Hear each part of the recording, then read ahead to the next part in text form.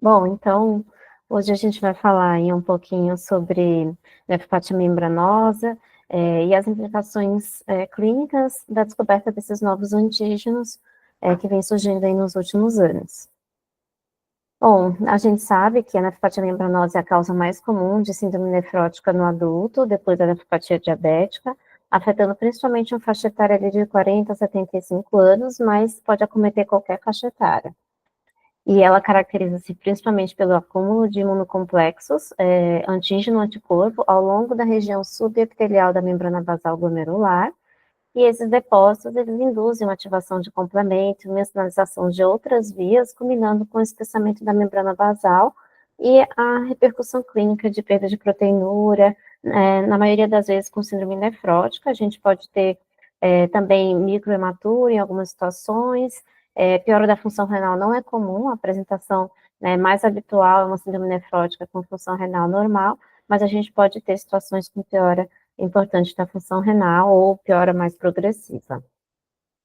Então, aqui, né, o podócito com os antígenos aqui na superfície, em contato com a membrana basal glomerular, é um podócito saudável, de alguma maneira, alguma doença secundária ou algum mecanismo imunológico primário, ocorre a formação de anticorpos de imunoglobulina IgG contra algum desses antígenos, e essa formação de imunocomplexos aqui nessa região subepitelial pode levar aqui a uma possível ruptura do citoesqueleto do podócito e uma repercussão já inicialmente de proteinúria. Na biópsia, a gente pode ver nas fases iniciais até um glomérulo normal, inicialmente. Na microscopia eletrônica, esses depósitos aparecem aqui na região subepitelial, então a gente tem aqui um podócito com processo podocitário, aqui a membrana basal glomerular, essa setinha aqui mostrando o depósito, e aqui a luz do endotélio, né, do lado de dentro.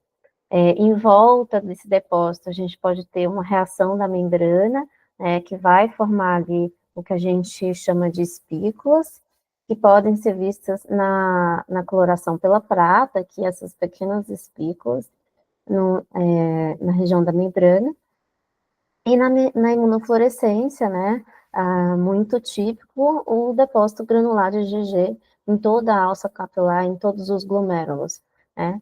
É muito frequente ter o depósito concomitante de C3, também ao longo da alça capilar, junto com o IgG.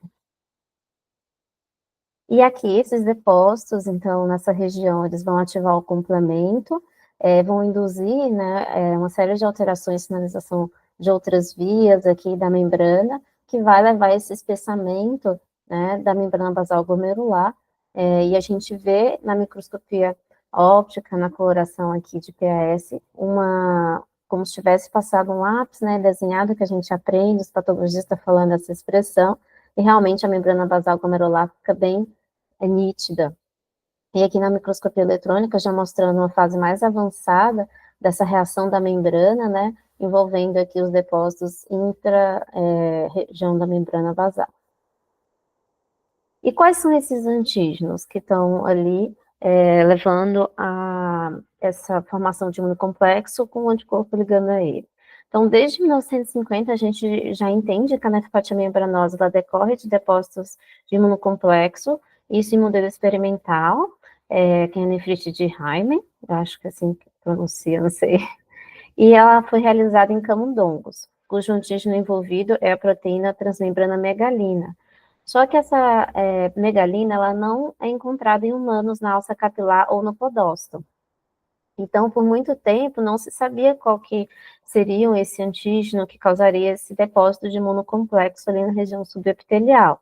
A primeira evidência em humano de um antígeno associado foi um relato, em 2002, de uma nefropatia membranosa em um recém-nascido, decorrente de anticorpos anti-NEP, que é a proteína neuropeptidase, acho que é isso, não lembro direito, da mãe, que tinha uma mutação dessa proteína, né? E aí, com a sensibilização, o feto tinha proteína normal e a mãe tinha mutação, houve uma sensibilização ali, transplacentária, e a mãe começou a produzir anticorpos, né? Esses anticorpos, eles atravessaram a placenta do bebê e formavam ali, nessa região subepitelial, os depósitos, e o bebê nascia com uma neoplasia membranosa, neonatal. Mas em adultos ainda não se sabia quais que seriam os antígenos relacionados. Então, hoje a gente sabe, né, que o artigo ele já traz bem claro, desde 2009, o primeiro antígeno detectado aí relacionado às nefropatias membranosas de etiologia idiopática, que foi o antígeno PLA2R, né, depois dele o trombospondina do domínio 7A em 2014, e de 2019 em diante, vários outros antígenos, inclusive relacionados a doenças secundárias. E a metodologia de descoberta desses antígenos, elas se baseiam principalmente nos métodos de Western blot e microdissecção a laser, com análise de espectrometria de massa. Então, principalmente aqui o PLA2R e essa trombospondina do domínio 7A, eles usaram o soro de pacientes que tinham nefropatia membranosa, de etiologia, né, não definida, e pegavam esse soro, eles colocavam em extratos glomerulares humanos, e aí desses extratos glomerulares humanos, eles passavam para uma microdissecção, não, desculpa, para uma espectrometria de massa, a microdissecção a laser com tecido, né, com o soro eles já iam para a espectrometria de massa, e aí detectavam ali a proteína que estava mais expressa comparado com os grupos controles que não tinham. Quando você usa só o tecido, aí sim, você faz aquela microdissecção do glomérulo do tecido, e aí pega esse glomérulo de pacientes com nefropatia membranosa e passa por espectrômetro de massa, e aí vai definir ali pelo espectrômetro de massa uma proteína que aparece em maior quantidade comparado com o grupo controle. E assim eles foram definindo, principalmente nesses outros antígenos, aqui de doenças secundárias, especialmente, a partir do tecido, né, que foi feito esse corte, o glomérulo e a espectrometria de massa, depois com as técnicas de confirmação, que imunoprecipitava, a imunofluorescência e a microscopia confocal, que aí confirmava, né, o IgG, né, colocalizado com aquele antígeno para confirmar o achado. Então, essas são as principais técnicas utilizadas. E quais que são as etiologias para os anticorpos contra esses antígenos? Então, a gente tem primária, quando a gente não tem uma etiologia clara, uma doença secundária, em torno de 70%, e secundárias em torno de 30%. Isso aqui, classicamente, foi descrito, né, na nefropatia membranosa. E de causas secundárias, nesses 30%, principalmente doenças autoimunes, neoplasias, infecções crônicas, transplante de células hematopoéticas, drogas, doença desmielinizante crônica, né, polineuropatia, e outros. Aí, com a descoberta dos antígenos, né, o PLA2R, ele é positivo em cerca de 70% dessas nefropatias membranosas primárias, depois o trombospondina do domínio 7A, positivo em torno de 1 a 5% também das nefropatias primárias, a gente ainda tinha ali cerca de 25 a 30% ainda não definido, e até aqui, 2014, não se sabiam quais outros antígenos associados às doenças secundárias. Até que teve essa grande descoberta de múltiplos antígenos, e hoje a gente já sabe a associação com muitas dessas doenças. Então, inclusive, outros antígenos aqui para nefropatia primária, a gente tem o NEO1, PCDH7, o SEMA3B, HTRA1, NTNG1.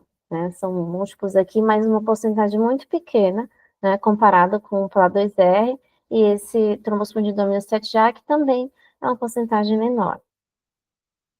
E em relação às causas secundárias, então, o NEO1, ele também está aqui presente em tumores, né, o trombospondina 7A, ele também tem uma porcentagem aqui presente em algumas neoplasias, até 25%, eles falam, e os outros a gente vai detalhar mais para frente as características de cada um, mas a gente vê aqui a doenças autoimunes, a exostosina 1 e 2, foi a primeira que em 2019 associada à causa secundária, e interessante que esse aqui é um antígeno que ele não tem um anticorpo, né, diferente do antígeno PLA2R, que você tem um anticorpo contra o PLA2R, e esses outros todos aqui também têm um anticorpo, né, a grande maioria, o exostosina 1 e 2, ele não tem um anticorpo, ele é um antígeno que é detectado em maior expressão nas nefropatias membranosas de doenças autoimunes, principalmente lúpus, e nesse, tanto associado com classe 3 ou 4 ou não, né, a presença de nefropatia membranosa lúpica tem essa maior expressão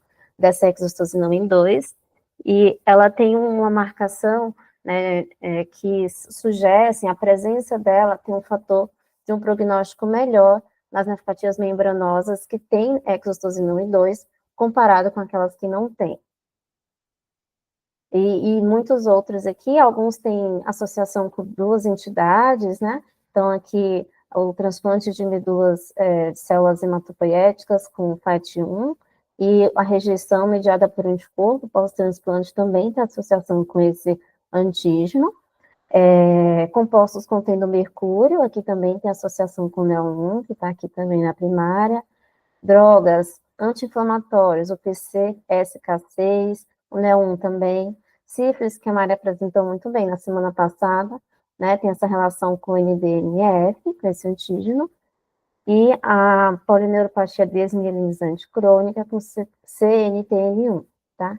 Então, aqui são muitos nomes e muitas siglas, e talvez aí a gente já tenha descoberto, né, quase 80% eles falam, já são identificados, então talvez não restem muitos ainda para descobrir, mas tem uma porcentagem ainda que não tem um antígeno associado. E qual que é a importância de identificar esses antígenos, né? A descoberta de novos antígenos, ela tem mudado aí o paradigma da nefropatia membranosa, né? Como eu falei, até 80% dos casos são identificados, e tanto porque você tem uma associação com uma doença em alguns dos antígenos, e a identificação dele tem essas implicações, né? Tanto a associação com uma doença secundária, se o paciente, por exemplo, tem uma doença secundária, uma neoplasia, e tem uma nefropatia membranosa, quando a gente pesquisa o antígeno, a gente vai saber se realmente aquela nefropatia membranosa está associada com a neoplasia, por exemplo, ou não, né? Ele pode ter um PLA2R, uma nefropatia primária, e não necessariamente ser uma associação com a neoplasia, embora a gente tenha, né, alguns raros casos de PLA2R em situações secundárias. Então, isso é importante. E, por exemplo, a Mari apresentou na semana passada com a infecção, né, de vírus, né, tanto HIV quanto hepatite B e outros com sífilis, né, a identificação do antígeno, né, associado com sífilis ajudaria a gente a guiar o tratamento, né, da nefropatia membranosa e secundária mais a sífilis, por exemplo. Então, tem essa repercussão, e além de a gente definir um pouco a etiologia, os aspectos clínicos, o prognóstico e o tratamento, né? A gente sabe que o PLA2, o anticorpo, né, anti-PLA2R, a gente pode usar para guiar o prognóstico e o tratamento desses pacientes. Diante da identificação antigênica, né, ser possível na grande maioria dos casos, assim, eu coloco entre aspas possível, porque na prática a gente não tem ainda acesso, né, a classificação, né, os autores trazem que deve se considerar o antígeno envolvido. Ainda assim, embora tenha se descoberto todos esses antígenos, a classificação ainda divide em primária, secundária, e aí o antígeno como se fosse um sobrenome relacionado. E aqui, então, ele traz uma tabela, né, resumindo as características dos antígenos na nefropatia membranosa. Então, o PA2R, que está presente em cerca de 50% a 60%, né, de todas as nefropatias membranosas, ele tem correlação com remissão e recidiva, né, então o nível sanguíneo do anticorpo que é detectado tem correlação com remissão e recidiva, e por isso é utilizado para guiar o tratamento. Então, tipicamente, numa doença primária, sem uma outra associada. E nos aspectos patológicos, a gente tem ali a IgG, né, depositada em concomitância com C3, na grande maioria dos casos. E o subtipo de IgG é IgG4.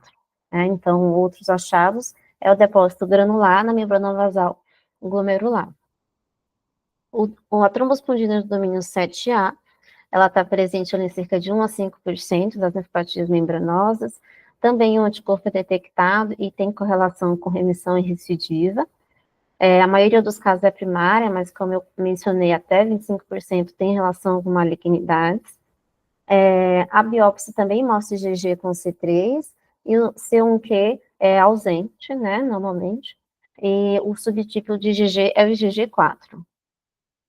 A exostosina 1 e 2 está presente ali em cerca de 5% das nefropatias membranosas, 33% dos casos é com nefrite lúpica membranosa. Como eu mencionei, não tem um anticorpo detectado, né? É tipicamente relacionado à doença autoimune e geralmente com um bom desfecho associado, né, nesse prognóstico. Normalmente, outros achados é uma biópsia full house, C3 e C1q pode estar presente, e o subtipo é o IgG1. O NEL1, né, presente 5 a 10%, o anticorpo também é detectado, tem correlação com remissão, né? A associação, como eu mostrei, ela é diversa, pode ser tanto primária quanto associada a doenças secundárias, então malignidades, drogas, metais pesados como mercúrio. A histologia presente é IgG e C3, né? O C1q está ausente, normalmente, e o subtipo de IgG é o IgG1. O CMA3B, né, está presente em 1% das nefropatias membranosas, tem correlação com remissão, o anticorpo, e geralmente é uma doença primária e afeta principalmente criança, aqui é a característica, né, que se destaca esse antígeno, principalmente aquelas com menos de 2 anos. Opa. A histologia está presente em IgG e C3, e o subtipo de IgG é o IgG1. Em relação ao CNT-N1, né, tá 1 a 2%, e mais de 90% aqui está relacionado com aquela polineuropatia desmielinizante crônica, então tem uma forte relação. O anticorpo é detectado e tem correlação com a remissão, na histologia é IgG com C3, o subtipo é IgG4, então aqui chama a atenção, né, que IgG4 numa membranosa secundária. O NCAM1, que é 1%, né, cerca de 7% em nefrite lúpica, também está presente, relacionado à doença autoimune, tem um anticorpo detectado, mas não tem uma correlação com remissão ainda descrita, e geralmente a biópsia full house tem C3 e C1q. PCD-H7, 1% das membranosas, tem uma associação aí sem uma doença definida, ela é praticamente primária, e aqui interessante que é um IgG1. O FAT1 é até 2%, e aqui interessante que mais de 90% está relacionado com o transplante de células hematopoiéticas, né? E algum, né, metade também com rejeição mediada por anticorpo, né, pós-transplante. É uma nefropatia membranosa de novo pós-transplante. A biópsia é IgG com C3 e o subtipo de IgG é IgG4. Tem alguns depósitos tubulares também, principalmente aqui, e as características concomitantes com rejeição, no caso do transplante. O PCSK6 até 5%, sendo que 70% ou mais está associado com os anti-inflamatórios, e tem anticorpo detectado, também tem alguma relação com doença autoimune, IgG com C3 na biópsia, e IgG1 e IgG4 são os subtipos, né, que tem 2 subtipos que podem ser encontrados. O NDNF da sífilis, né, mais de 90%, então tem uma forte correlação, tem a associação com a remissão, e o subtipo é o IgG1. Tem esses ramps aqui também, que aparecem na microscopia eletrônica, como se fosse depósito ramp-like. Existe um outro antígeno, né, que foi aí descrito um trabalho publicado em 2022, ele cita isso, que é a relação com o MPO na membranosa. Então, é muito raro, né, a gente vê uma nefropatia membranosa com crescentes e associação com a vasculite ANCA, MPO, né, é uma condição muito rara. Nessa situação, quando foi encontrada, os títulos de MPO geralmente são mais baixos, a biópsia, né, ela apresenta crescentes ativas e crônicas, e depósitos granulares de IgG1 na membrana basal glomerular, né, que daí é a característica da membranosa, e observa-se uma disfunção renal mais avançada, um alto grau de crescentes fibrosas e tem uma progressão para falência renal em cerca de 40% dos casos. Observa-se esses depósitos granulares também de MPO ao longo da membrana basal glomerular.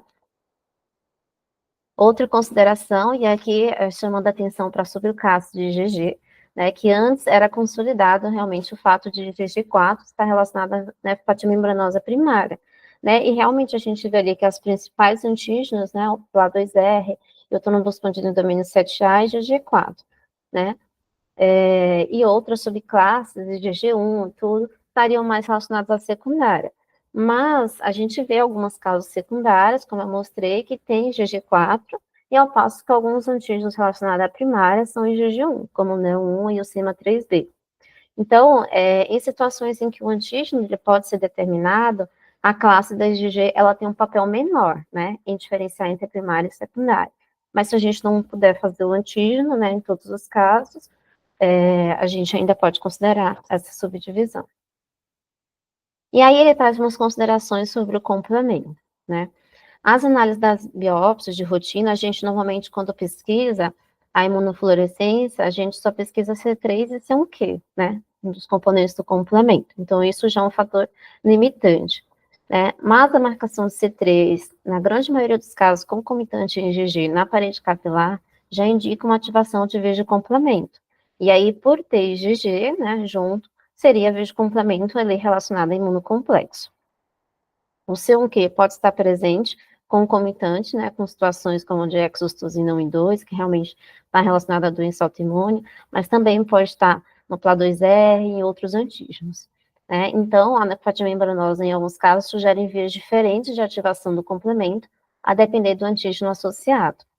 Né? Uma análise mais completa de vários fatores de complemento, por espectrometria de massa, mostrou que a ativação de todas as vias de nefropatia membranosa estava relacionado com o antígeno PLA2R e exostosina 1 e 2.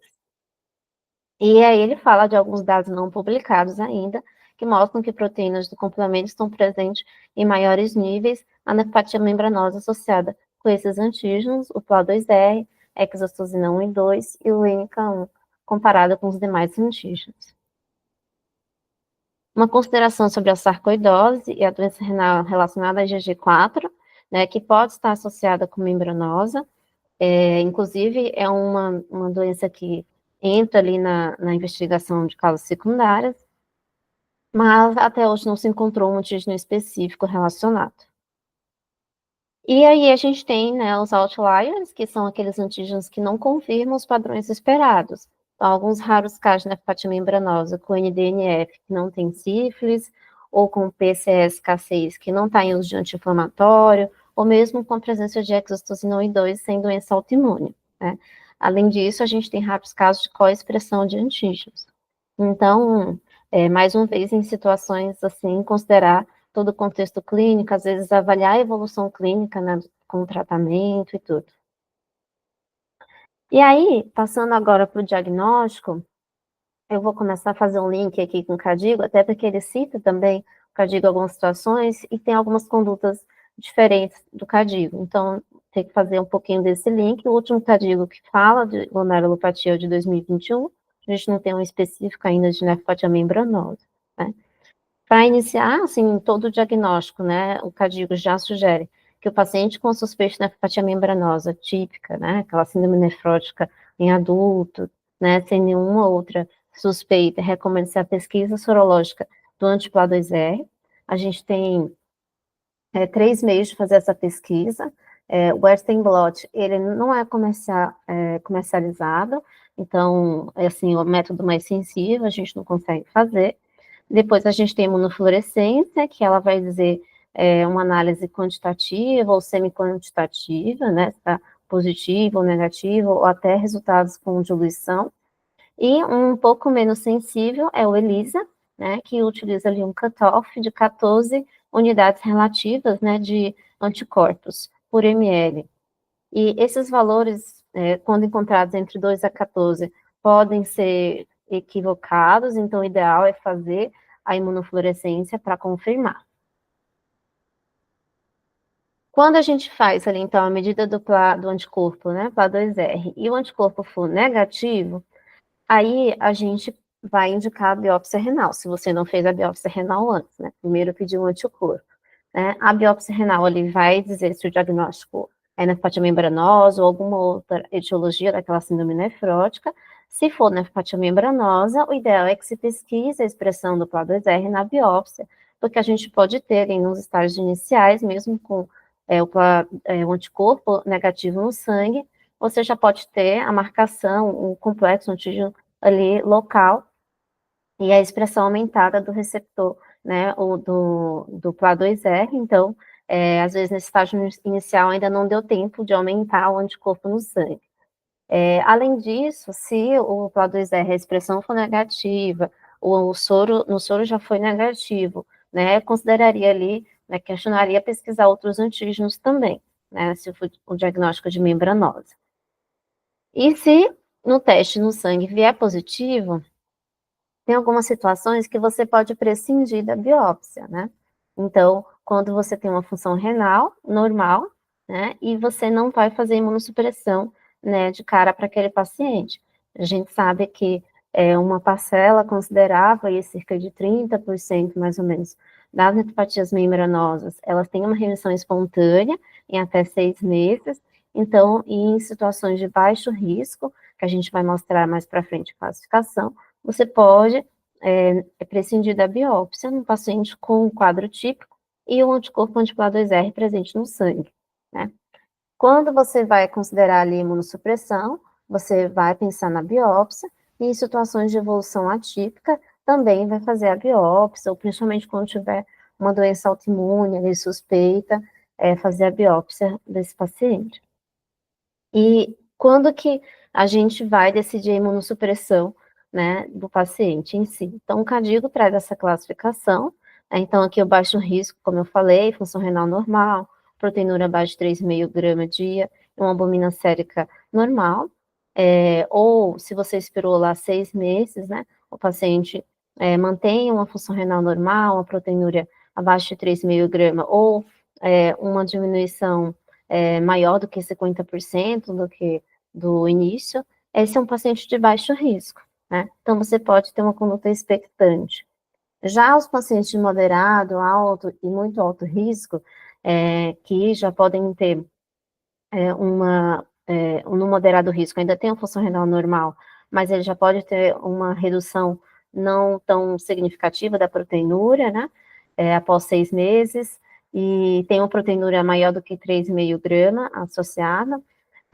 Você pode ter uma conduta expectante ainda nesse caso, só que a maioria dos autores, inclusive dos autores desse artigo que eu menciono, eles já falam para fazer imunossupressão, né, nesses pacientes, e uns de alto risco, de muito alto risco, né, que tem alteração da função renal, ou que tem algum outro fator de risco associado, como hipoalbuminemia, aumentos dos níveis do anticorpo PLA2R, e outras, ele indica imunossupressão, né, e muito alto risco é quando você tem algum evento ameaçador, uma deterioração progressiva da função renal, de síndrome nefrótica com evento ameaçador, por exemplo, uma trombose venosa profunda, um tromboembolismo pulmonar, por exemplo. Então, aqui nesses casos já indica imunossupressão também. E aí, né, a gente vai avaliar a evolução do paciente, né, nesses casos, e considerar a biópsia, a depender da evolução. Quando a gente vai fazer o segmento, né, desse paciente, o ideal é dosar o anticorpo PLA2R após 3 a 6 meses. Então, se ele desaparecer, provavelmente esse paciente vai, né, remitir a proteinúria, a síndrome nefrótica. Geralmente você tem uma remissão imunológica antes de ter uma remissão clínica, né? E aí, nesses casos, não precisa de uma terapia adicional, se ele não usou nada antes, né? Agora, se ele tem uma persistência do anticorpo, né, no sangue e uma persistência de atividade clínica após 3 a 6 meses, sem nenhum grau de redução desse anticorpo, aí a gente vai considerar biópsia. Ele traz já no CADIGO que pacientes com nível de anticorpo muito alto, acima de 150, logo inicialmente, tem que ter uma avaliação mais curta, né, ao invés de esperar esses 3 a 6 meses, porque esses pacientes dificilmente vão ter uma remissão espontânea. E aqui, né, uma vez confirmada a nefropatia membranosa, seja ali pela biópsia, ou seja pelo PLA2R, pelo anticorpo no sangue, né, sem outros fatores, seja relacionada ao PLA2R ou não, a gente tem que descartar causas secundárias, né? Então, fazer um screening para malignidades, fazer um ultrassom dos rins, pesquisar infecções crônicas, né, uma história completa de outras doenças, principalmente reumatológicas, doenças autoimunes e uso de medicações aí potencialmente relacionadas. E aqui, inclusive, ele coloca um raio-x, um exame de imagem do tórax para avaliar a sarcoidose, né? Se for um antiplá negativo ou nefropatia membranosa, PLA2R não associado, aí, quem sabe, a gente pesquisar um antígeno também, né, mesmo que tenha já uma causa secundária estabelecida, a gente entender se aquela nefropatia membranosa está relacionada à causa secundária subjacente. O tratamento, inicialmente, né, independente do antígeno, a gente tem que fazer algumas medidas que reduzem proteinúria, então uso de ECA ou BRA, para o controle de pressão arterial menor do que 125 por 75, uma restrição de sódio menos que 2 gramas dia, dieta hipoproteica, 0,8 gramas por quilo dia, com controle lipídico.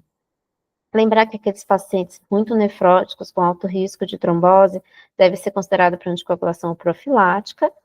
E uma coisa interessante, assim, como muitos pacientes têm síndrome nefrótica e são normotensos, né, na grande maioria dos casos, eles podem não tolerar a dose máxima do IECO-BRA. Então, a gente não ficar correndo atrás dessa dose máxima aí como antiproteinúrico, né? Às vezes associar outros antiproteinúricos para controle naqueles primeiros 6 meses, né, de observação sem imunossupressão. E a identificação do antígeno, ela direciona a terapêutica, né?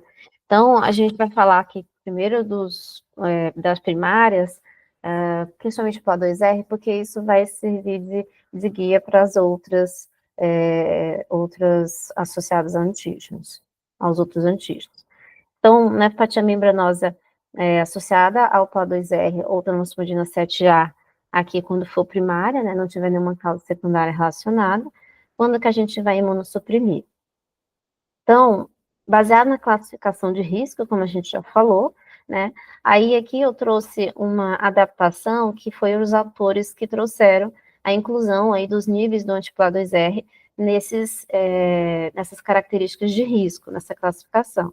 Então, os pacientes com baixo risco, eles se caracterizam também por uma dosagem de anti-PLA2R menor do que 50 unidades relativas, tá? Já um paciente com risco moderado, eles teriam ali níveis de anti-PLA2R menor que 150, e que se mantém estável ou não aumentam mais do que 25% em 6 meses. Já os pacientes de alto risco, eles têm uma característica de um anti-PLA2R acima de 150 nessa classificação. E interessante que aqui no CADIG 2025, ele traz um anticorpo acima de 50, né? Os autores colocam o paciente de alto risco como aqueles acima de 150, mas o CADIGO é acima de 50 nessa classificação de alto risco, tá? Então, essa aqui é uma diferença. O paciente de muito alto risco é que é independente do nível do antiplá, nessas condições aqui, ele é classificado como alto risco. Se tiver qualquer um desses, né, um evento ameaçador da síndrome nefrótica, uma deterioração progressiva da função renal, independente do antiplá, ele já é muito alto risco. E qual imunossupressor a gente vai usar? Então, aqui o CADIGO, né, de 2021, ele traz, né, a imunossupressão a partir aqui do risco moderado. A gente pode usar o rituximab, ou o inibidor de calcineuria com corticoide. Para o alto risco, rituximab, ou aqui já entra ciclofosfamida com corticoide, ou ainda o inibidor de calcineurina com rituximab. Vou falar um pouquinho depois por quê. E aqui o muito alto risco, ciclofosfamida com corticoide, a gente vai explicar os motivos disso. E os autores, eles já trazem um pouquinho diferente, né? Aqui no baixo risco ainda expectante, eles citam do risco moderado o uso do rituximab ali já como primeira linha. Eles comentam que pode utilizar o obinutuzumab, mas a gente ainda não tem um grande estudo aí com comparação para a gente colocar isso. O CADIGO ele não traz, de 2021, mas ele cita ainda alternativas aqui, o inibidor de calcineuridina com corticoide também. Nos pacientes de alto risco, os autores colocam, se o paciente tem uma função renal normal, né, dá a primeira escolha para o rituximab, né, o anti-CD20, ou o obinutuzumab aqui no caso, que é o mais potente, né, anti-CD20. Se a função renal tiver alterada, uma piora da função renal, aí vai a ciclofosfamida com corticoide. E no muito alto risco também ainda mantém ciclofosfamida com corticoide. Aqui, esse site, ele traz aí o landmark da nefropatia membranosa e explicando por que a gente tem hoje a indicação desses imunossupressores. Eles estão um pouquinho desatualizados, aqui foram até 2019, aí eu acrescentei os outros anos na próxima slide, mas só para a gente relembrar que foi descrito em 1946, aí veio a nefrite aqui que identificou, né, o complexo antígeno anticorpo, e aí vieram alguns estudos, né, os primeiros estudos de tratamento com corticoide, depois veio com clorambucil, que é um alquilante também, né, pelo Ponticelli, e a esquema Ponticelli modificado, que ele comparou aqui clorambucil com ciclofosfamida. A ciclofosfamida é o Ponticelli modificado que a gente fala, né?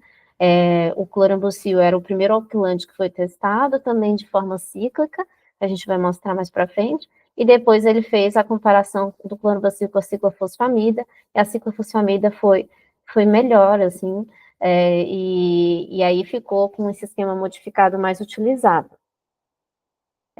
O micofenolato também já foi testado, sem grandes repercussões. Aqui a gente tem um estudo com ACTH também que não teve grandes efeitos. E a gente tem, em 2017, uns primeiros estudos aí com rituximab versus tratamento conservador, que já começaram a mostrar os resultados positivos do rituximab. O estudo Mentor, que comparou a ciclosporina com rituximab, né, aí o rituximab, ele foi melhor no sentido de ter menos recidivas, né, a ciclosporina, quando a gente para o inibidor de calcineuridina, o paciente tem mais recidivas, o rituximab teve esse benefício de ter menos recidivas. Aí, em 2020, teve esse Starman, que comparou a ciclofosfamida com o esquema modificado do Ponticelli, que é a cíclica, né, com corticoide, versus o tacrolimus, usando por 6 meses o tacrolimus e uma dose de rituximab ao final de 6 meses, e mostrou que o esquema com ciclofosfamida foi superior. E em 2021, o esquema de rituximab versus ciclofosfamida, também cíclico, mostrou alguns benefícios, assim, de forma mais prática. Os autores falam que foi mais benéfico o esquema com a ciclofosfamida, embora o estudo em si foi que o rituximab não se mostrou melhor, né? O resultado do estudo foi que o rituximab não foi melhor. Então, o que a gente sabe hoje é que a ciclofosfamida, os esquemas delas, têm mais desfechos duros documentados, né, com melhor desfecho em termos, inclusive, de mortalidade e de redução para disfunção renal, né, final, diálise, tem uma redução, tem estudos como é mais antigo, né, antigamente se trabalhava mais com esses desfechos duros, enquanto que os estudos mais recentes, com rituximab, com inibidor de calcineuridina, eles têm trabalhado mais com os desfechos de remissão, né, e recidiva. Então, para aquelas formas mais graves, com deterioração da função renal, por isso que os de alto risco ainda se preconiza mais usar a ciclofosfamida, né, com corticoide. E o rituximab nessas condições, ou não poderia ser utilizado pelo CADIGO, nem pelos próprios autores, eles não falam. Mas tem vários estudos em andamento. Esse aqui, o MAJEST, que está aí para sair os resultados de 2026, ele vai avaliar o obinutuzumab. Bom, então aqui o esquema, né? No CADIGO, ele traz aí a ciclofosfamida cíclica, né? Que é esse esquema do Ponticelli modificado. A gente pode usar também ela é diária, né, que tem esse segundo esquema aqui, mas só para a gente revisar, então, usa ali o pulso de metilpred, 1 grama EV por 3 dias, nos meses 1, 3 e 5, né, e fica com a prednisona meio miligrama por quilo no decorrer do mês, né, nesses 1, 3 e 5. E a ciclofosfamida na dose de 2,5 miligramas por quilo dia nos meses 2, 4 e 6. O rituximab, ele pode ser administrado 1 grama endovenoso, né, separado de 2 semanas, ou 375 miligramas por metro quadrado de superfície corpórea, 1 a 4 vezes, né, semanal, então 4 semanas, né, com intervalo semanal. E os inibidores de calcineurina, o tacrolimus ou ciclosporina, né, aqui o tacrolimus, a gente usa nessa dose, 0,05 a 0,1 miligrama por quilo dia, né, geralmente a gente divide essa dose, né, 2 vezes ao dia, e com um nível alvo de 3 a 8 nanograma por ml. E aqui uma duração mais estendida de 12 meses. A gente vê que com os inibidores de calcineurina, o tempo do tratamento ele é mais demorado um pouco, até pelaquela questão de que o inibidor de calcineurina tem mais recidiva quando suspende. Quando a gente usa os regimes com ciclofosfamida é por 6 meses, e com rituximab a gente faz essa dose inicial e avalia a resposta com 6 meses, se vai precisar de uma segunda dose ou não. Aí você pode monitorar os níveis, inclusive da contagem de células, avaliar o antiplá e tudo para decidir. Mas com o tacrolimus e ciclosporina, geralmente é um tempo mais prolongado, tem trabalhos que mostram uma redução de recidiva até chega a 2 anos, né? Mas, de forma geral, 2 meses, 12 meses, já em desmame. E aqui, a ciclosporina, 3,5 miligramas por quilo dia, com nível alvo 125 a 200. Lembrar que os estudos, eles utilizaram corticoide, né, os estudos iniciais, associação do inibidor de calcineurina com corticoide na dose de 0,15 miligramas por quilo dia, um máximo de 15 miligramas dia. O Cadigo fala que pode ser com ou sem corticoide, né, porque ainda não se sabe se necessariamente é necessário o corticoide. Se for usar com corticoide, o Cadigo fala até de uma dose menor, de 10 miligramas dia, e, por exemplo, se o paciente não responder com 4 semanas, 4 meses, você pode tirar esse corticoide. Eu não lembro agora quando que pode tirar. Você lembra, doutora, que se não responder com essa associação... O Cadigo anterior falava para você esperar 3 meses, mas o atual, ele mandou esperar 6 meses. Eu, particularmente, acho 6 meses muito. Uhum. Tá bom.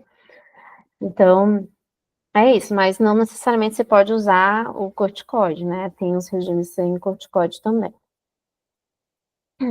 Ali foi só uma tabelinha que eu peguei mais resumida, mas do Cadigo tá falando já. E aqui, só para a gente comentar, tem esse estudo uruguaio, que ele fez essa pergunta, né, se o uso da ciclofosfamida endovenosa poderia substituir a oral no tratamento da nefropatia membranosa, né? Ele é um estudo retrospectivo, então não tem uma força de evidência, não foi feito um estudo randomizado que avaliou isso, mas ele teve bons resultados, né, com uma remissão completa de 42%, uma remissão parcial de 29%, e que poderia aí ser uma opção para alguns pacientes, principalmente em termos de adesão. E aí, na nefropatia membranosa associada ao PLA2R, né, a gente vai avaliar ali com 6 meses o nível do anticorpo, né, se o anticorpo ficou negativo, então você não precisa de uma dose adicional do rituximab, se você usou rituximab. Se usou a ciclofosfamida com corticoide, você pode parar o tratamento. Se usou inibidor de calcineurina com prednisona, você pode já desmamar esse tratamento, né, começar o desmame aqui. Se o anticorpo ainda está presente, né, no caso do rituximab, você ainda continua, faz mais uma dose. Se foi o esquema de ciclofosfamida com corticoide, você pode parar o esquema e adicionar um rituximab. Se foi inibidor de calcineurina com ou sem corticoide, você inicia o desmame, adiciona rituximab ou ciclofosfamida com corticoide. Isso aqui para níveis, né, ainda presentes e mais altos. Se o paciente tem níveis muito baixos, né, do anticorpo, anti-PLA2R, ele faz algumas considerações. Então, se o paciente está com rituximab, você pode continuar e fazer uma dose de 2 gramas ainda do rituximab, porque o objetivo aqui realmente é negativar o anticorpo, é ter uma remissão imunológica, né? E se for ciclofosfamida corticoide, você interrompe e observa com cuidado, né? Isso aqui porque a gente não tem respaldo de continuar, embora, se eu não me engano, tem um esquema da ciclofosfamida oral que o trabalho original usou por 12 meses. Então, a gente não usa aquela ciclofosfamida oral diária, né? O esquema diário, não o esquema ciclo. O esquema diário, o trabalho original foi por 12 meses. Mas a gente, às vezes, usa mais o esquema cíclico, que é o Ponticelli modificado, que tem mais trabalhos. E aí, o inibidor de calcineuria com prednisona, você pode continuar por 6 meses ou reavaliar dali 6 meses novamente o anticorpo, né? Como a gente falou, o inibidor de calcineuria não dá para, assim, ele tem mais risco de recidiva quando suspende, então idealmente continua. Os autores, eles trazem aqui uma observação um pouquinho diferente, né? Então, após 6 meses, se a redução do anticorpo for maior do que 50% e o paciente teve uma melhora da albumina, né, acendeu a albumina, provavelmente esse paciente já tem uma resposta terapêutica mesmo, né, só tem uma questão de tempo para que depois da resposta imunológica ele venha a ter uma resposta clínica, né, que a proteinúria pode persistir ali por até 12, até 24 meses, uma proteinúria moderada nesses casos. Se não teve, né, essa redução expressiva, se a albumina continua baixa, provavelmente é uma falha terapêutica e necessita reavaliar a terapia. Aí os casos de resistência, né, que aí entra o que o Cadigo traz, é que a gente não tem uma definição muito exata de resistência, né, mas ele coloca que a persistência de níveis altos do anticorpo após imunossupressão, né, ele cita que a proteinúria em si, a gente pode ter ainda esses níveis até 12, 24 meses. Se não tiver associação, se for uma membranosa que não é do antiplá, né, associada ao antiplá, 2R, você pode considerar uma resistência se tiver uma persistência nefrótica por mais de 6 meses. Os autores, eles falam de resistência, principalmente, tem aquela relação do anticorpo, que eu falei no slide anterior, mas também a não redução de proteinúria em mais de 25% após 6 meses deve-se considerar, porque eles colocam assim, o paciente ele pode persistir com proteinúria nefrótica, mas veja, se ele baixou de uma proteinúria de 16 gramas ou mais, que às vezes a gente vê uns proteinúrias bem importantes, né? Para 4 gramas, ele teve uma resposta, né? Embora ainda continue em níveis nefróticos. Então, eles consideram que resistência se não teve a redução da proteinúria mais de 25%. Mas isso ainda não é muito bem definido, né? E aí a gente tem vários esquemas de tratamento para tentar né, tratar esses pacientes com resistência. Aqui levando-se em consideração a função renal, só chamando a atenção, então, em todas as situações que você tem uma piora da função renal, observa que dá-se preferência ao uso da ciclofosfamida com corticoide, né? E quando você tem uma função renal estável, dá-se preferência aí aos esquemas com rituximab, ou até inibidor de calcinurina em associação com rituximab. Quando você tem uma recidiva, se for usado rituximab inicialmente, você pode repetir. Se for inibidor de calcinurina, você pode manter ou mudar, né? Ou associar o rituximab ao inibidor de calcinurina. E se for ciclofosfamida com corticoide, você pode manter o esquema, fazer uma nova dose, mas aí ficar atento com o risco de acúmulo, né? A quantidade de acúmulo de dose da ciclofosfamida, ou mudar para o rituximab ou o inibidor de calcinurina com rituximab. E os outros antígenos, né? Como que a gente trata? Então, teve que falar muito aí da nefropatia primária, da PA2R, porque ele cita ainda alguns tratamentos de condições de antígenos que são classificados como primários, você não tem uma doença secundária para você tratar como PA2R. Então, por isso que a gente fala muito aí do tratamento da nefropatia membranosa associada ao PA2R, para daí falar dos outros antígenos. Então, aqui a gente já comentou, Em relação ao antígeno da trombospondina do domínio 7A, ele presente a implicação do tratamento, né? Naqueles casos que não estão associados à malignidade, eles devem ser tratados como nefropatia membranosa associada ao PA2R.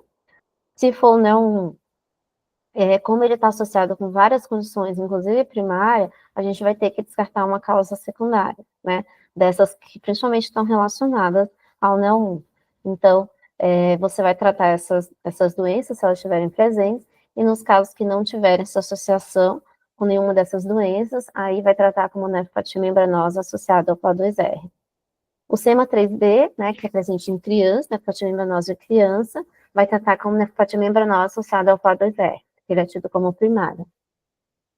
O PCD-H7, né, que foi reportado aí como associação com Joule, sarcoidose, algumas malignidades, mesma coisa, né, você vai considerar ali investigar essas doenças secundárias e tratá-las se presentes, se ausentes, vai tratar a nefropatia membranosa associada ao PA2R. Se for exostosina 1 e 2, como grande parte está associada com doença autoimune e lúpus, tratar como nefrite lúpica, principalmente porque muitas vezes a gente vai ter um achado concomitante com a biópsia full house, né? Então, tratar como nefrite lúpica. O NK1 também está associado com doença autoimune, a gente vai tratar nefropatia membranosa como trata nefropatia membranosa nefrite lúpica. O CNTN1, que está associado com aquela doença polineuropatia desmielinizante crônica, idealmente o tratamento envolve tratamento com anti-CD20 também. O FET1, que é relacionado aí ao transplante de células hematopoéticas, né, vai ser o tratamento direcionado, como se trata a doença de enxerto versus hospedeiro, com tratamento com anti-CD20. A sífilis, tratar a sífilis com penicilina, né? E quando é anti-inflamatório, descontinuar o uso do anti-inflamatório. Então, para o futuro de novos tratamentos, ele cita alguns estudos com bloqueio de complemento, mas que não teve, que foi o ipitacopan, mas que não teve grandes resultados, foi até interrompido precocemente, uso de anti-CD3, bortezomib, que ainda não tem grandes resultados também. A dosagem de anticorpos na prática clínica, né, ele preconiza, né, já que a gente tem aí praticamente 80% dos casos tem um anticorpo envolvido, então preconiza cada vez mais o uso, e ele fala que, como alguns são muito raros, a gente viu ali 1 a 2%, idealmente ele sugere fazer, inclusive, para alguns anticorpos, a espectrometria de massa, né, que também é uma técnica que não é viável em muitos casos. E uma coisa interessante que ele traz é estudar a patogênese de por que aquele antígeno identificado, ele está relacionado com aquela doença sobrejacente. A gente não sabe muito bem por que um antígeno específico é aquele para aquela doença, né? Então, e além disso, ele cita que muitos dos antígenos identificados são proteínas neurais, que estão associadas com desenvolvimento neurológico e via de sinalização neural. E a gente não tem muitas condições neurológicas em si relacionadas à nefropatia membranosa, né? Tem aquela polineuropatia desmielinizante crônica, mas na grande maioria não. Então, isso a gente ainda não entende o porquê de uma grande parte dessas proteínas tem essa relação. E eu acho que é isso. É bem extenso na nefropatia membranosa. Para mim é sempre um desafio estudar nefropatia membranosa. Oi, Carlos, parabéns aí. O artigo é super recente mesmo, essa revisão, assim, de todos esses antígenos. É muito importante a gente sempre ficar atento, né? E aí fica aberta aí as perguntas que alguém queira fazer da nossa plateia. Eu queria, na verdade, fazer um comentário assim, não sei o que a Sabrinha acha, que assim, eles põem antígenos, alguns antígenos que você pode estar na forma primária, mas também em formas secundárias, né? Exemplo clássico, a trombospondina. O antiplá é engraçado que eles não falam claramente, né? Mas indiretamente eles falam que o antiplá pode estar presente em formas secundárias. Por quê? Ao mandar, mesmo que o antiplá seja positivo, você excluir todas as doenças, neoplasia, blá, blá, ele indiretamente está te dizendo que o antiplá positivo pode estar presente em formas secundárias, né? Poderia ser uma coincidência só, de repente o cara tem duas doenças. Bom, a gente não trabalha muito assim, né, na medicina, né? A gente associa as coisas e eu falo isso porque muita gente, quando fala do antiplá, dose antiplá, e se der o positivo é primária, acabou. E não é isso, né?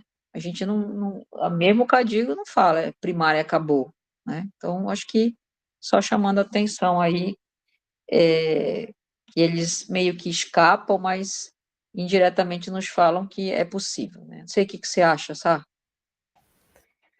Eu concordo, doutora, com o que a senhora comentou, até porque quando a gente fala primária, a gente ainda não identificou, de fato, ali o mecanismo que faz produzir aquele antiplá, na verdade. A gente não sabe qual que é esse mecanismo, né? E então é algo ainda indefinido. Talvez por isso que eles acabam falando para a gente considerar sempre descartar outras doenças e avaliar, porque embora a gente tenha associação forte de um anticorpo com a nefropatia membranosa, sem a associação com uma doença secundária, a gente não sabe por que esse paciente está produzindo um anticorpo contra aquele receptor que está presente em todo mundo, né? E de alguma forma ele começa a produzir e gera a doença, né? Então eu tenho essa dúvida também. Legal. Mais algum comentário? Eu acho que Queria fazer um comentário que os antígenos, eu acho que seria um mundo muito bonito se a gente conseguisse sempre, né? Porque eles vão guiar. Mas eu acho, por exemplo, se você tem um paciente sífilis positivo, tudo bem que é fácil você fazer o diagnóstico da sífilis só com o exame do VDRL, o FTABS, mas daí se vem, por exemplo, um NDNF positivo na biópsia, e a gente imaginar que aquela membranosa ela é secundária à sífilis, a gente já fica tranquilo de que o paciente tende a ter uma resposta boa ao tratamento da sífilis, e provavelmente não vai ser um paciente que vai ter um bom desfecho, não vai precisar de imunossupressão depois, mas nem sempre tudo é tão preto no branco. Por exemplo, tem um paciente que é antiplá negativo, positivou exostosina na biópsia e tem um FAM positivo só. É difícil você bater o martelo. É um lupus mesmo. Você sabe que é um antígeno que é muito relacionado com doença autoimune. Tem chance desse cara no futuro vir a positivar mais auto-anticorpos e vir a fechar lupus, mas é difícil você fechar um lupus num paciente que você tem a doença com a membranosa pura, com uma imunofluorescência é, é, padrão, né? Entre aspas, padrão para membranosa, só com o IgG-C3, não é um full house. E aí você fica. Você fica naquela, eita, e aí, vou para o rumo de nefrite lúpica ou encaro como uma membranose e trato só mesmo como membranosa? Particularmente nesse caso, encarei mais como membranose, vou acompanhar, ver se vai positivar mais coisas futuramente para lupus, mas só para lembrar que é, é, as informações elas vêm para ajudar, mas às vezes também dá um nozinho na nossa cabeça.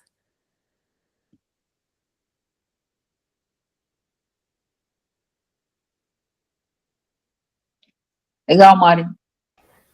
Eu ia comentar aqui, que eu ia mostrar, que ele fala, né, se você tem aqui o exostosina 1 e 2, como a grande maioria está associada com doença autoimune, ele fala para tratar como nefrite lúpica, né? E aí eu fiquei pensando exatamente assim, naqueles antígenos que a gente tem não tão duvidoso, por exemplo, o NDNF, mais de 90% está relacionado a sífilis, o exostosina 1 e 2, né, grande parte associada com doença autoimune, principalmente o lúpus, e qual que foi o outro? Esse da doença desmielinizante crônica, que é o CNTN1, também mais de 90% está relacionado. Esses que têm, assim, uma grande porcentagem relacionada, acho que você pode direcionar melhor o tratamento, né? Específico, assim, e obviamente observar a evolução e tudo, porque não é 100%. Mas os outros, por exemplo, o NEO1, para mim não faz diferença nenhuma dosar o NEO1, sendo que ele está associado com muitas condições, né? Então, idealmente, descartar todas essas condições, que é o que a gente faz antes dos antígenos. Se não encontra nada, trata como primária. Então, foi exatamente por causa desse slide que eu pensei nesse comentário, que eu pensei nesse caso, justamente porque ele até comenta que trata como lúpica, até porque pode vir como um full house, mas também pode não vir, né? Pode ter a cara do lúpulo, mas também não pode. Tem uns casos que acaba ficando complicadinho. Uhum. Isso é verdade. Mas a exostosina tem um comentáriozinho aí que a Sá falou, e ela está presente nas membranosas lúpicas que respondem bem, certo? Na verdade, comentam que talvez não fosse um antígeno, na verdade, fosse um produto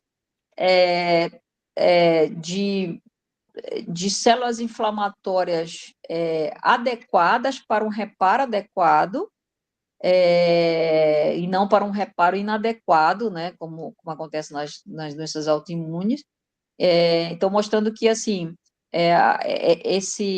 essa reação inflamatória, ela não está de toda desregulada. Então, isso conferiria, talvez, uma carga autoimune menor, por exemplo. Então, seriam pacientes lúpicas que responderiam muito bem ao tratamento. Então, eu ainda não entendo por que eles chamam isso de antígeno, se parece que, na verdade, é um marcador de um processo inflamatório adequado, de resposta adequada, né? Às vezes essa é a minha crítica à espectrofotometria de massa, né? Muita coisa que a gente tem ali é reação, né? Por exemplo, encontrei um monte de C3. Tá, é a reação da inflamação ou é o C3 mesmo que está todo, né? Está provocando tudo. Então, assim, a exostosina tem esses comentários aí, né? Não sei. Sabe, o que você É acha? verdade, doutora. Quando a gente vai ler o Dexostosina 1 e 2, aquele trabalho deles original, realmente a exostosina ela está relacionada ali com a polimerização do heparansulfato, né, que é importante ali para o glicocálice, para as outras estruturas celulares. E aí, quando a gente tem uma expressão, vamos dizer, aumentada e tudo, você garante uma polimerização adequada da molécula e tem esse efeito que a senhora falou, como se ela recobrisse ali, evitasse tivesse uma menor carga de atravessar imunocomplexos, né? E aí tem esse efeito benéfico no prognóstico, enquanto que aqueles que não têm uma expressão adequada ou diminuída da exostosina 2 teriam uma menor polimerização do heparansulfato e tudo mais, que estaria mais associado com menos proteção a essa carga de imunocomplexos ali na passagem da membrana, né, da barreira de filtração glomerular. Então, é muito interessante. E eu realmente vejo como marcador, igual a senhora, doutora. Eu também não vejo como um antígeno que tem relação com a patogênese, como os demais, né?